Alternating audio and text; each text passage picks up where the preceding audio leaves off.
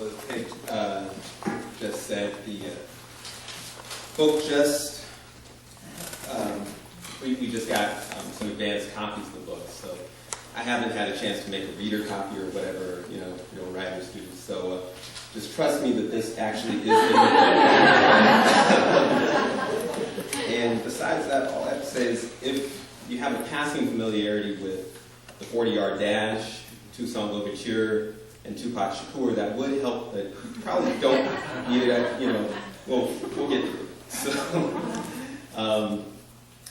Toussaint went to the first day of football tryouts with his glasses on.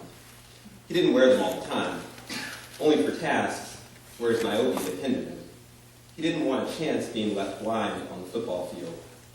After he ran the first sprint drill, the coaches decided the glasses were a non-issue. 4.45, that's fast.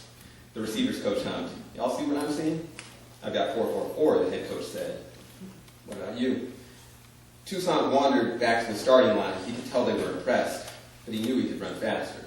Run him again, the head coach ordered. The receivers coach ran over to Toussaint with his hand outstretched and snatched his glasses off his face. I'm gonna hold these for you, kid. 4.41, the receivers coach said. Might as well give him his uniform and his helmet, the head coach chuckled. Later in the practice, Toussaint sat on his helmet at midfield. They put him close to the coaches where he could hear their headset communications. He had already noticed that they talked about the players with the objective distance of scientists analyzing organisms, noting the texture of the beetle's shell, the size of its wings and mandibles, the luminosity of its eyes. Hell yeah, Bradley was getting better and better. Division I scholarship easy. Pacific University, San Diego State, USC. Count our blessings, a great senior receiver, two bona fide horses at halfback and fullback, and an offensive line with 5 fat bucks to flatten him and protect the quarterback. Put up 30 a game easy. Good thing, too, because the defense, well, they couldn't tackle a crippled bitch on her back. Defensive line is just too slow for the brothers out in L.A. That's the problem. Lack of speed everywhere. What about the one kid? What's his name again? Mr. 441. What's his fucking name now? We can put him in on special teams, have him return kicks for now. What's his name? Toussaint? Something like that?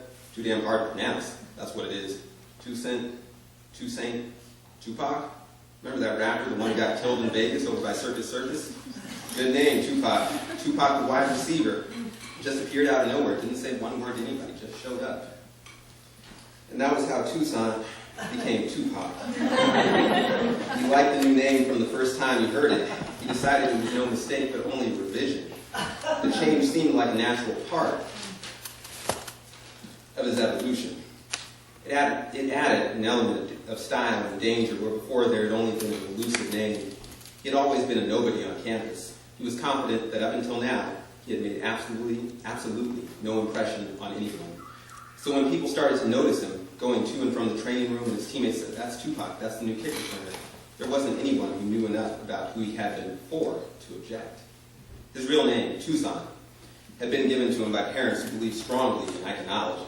Toussaint Louverture, a man born into slavery on the island colony of Saint-Domingue, freed at 33, Toussaint used to study military tactics to lead the greatest slave revolution in the history of the world.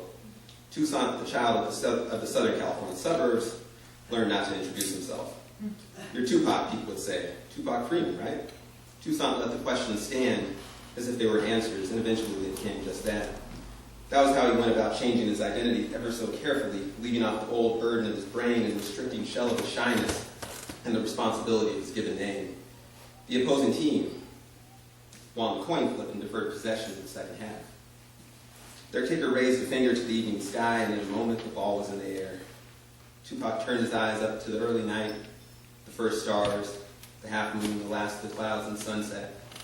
With an instinct that surpassed vision, he judged the angle of its fall and ran up under it. Then he cradled the ball gently and leapt forward.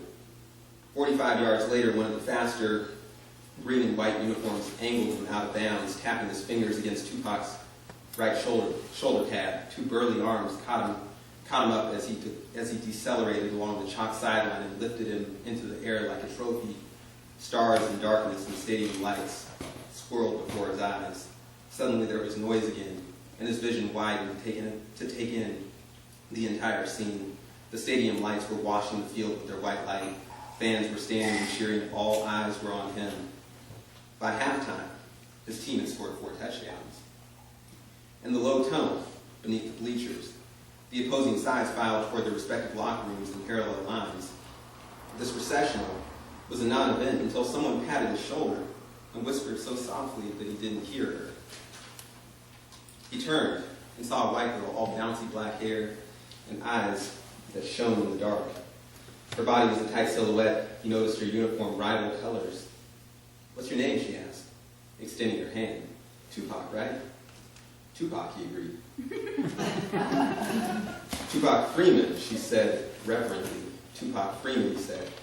"Cheyenne," Cheyenne answered breathlessly. She was surprised that with a name like Tupac, he wasn't from a more rugged neighborhood. But other than that, she seemed to like him. She allowed him to palm her breast and trace the cat's curve of her back and soliloquize on the similarities between their relationship and Romeo and Juliet's. She said at first when he broke out in full intellectual glory, "What? I mean, I know Romeo and Juliet. I saw the movie, but you're a guy, a football player." "Capulets versus Montagues," he offered. "Star-crossed lovers." He searched her eyes for a spark.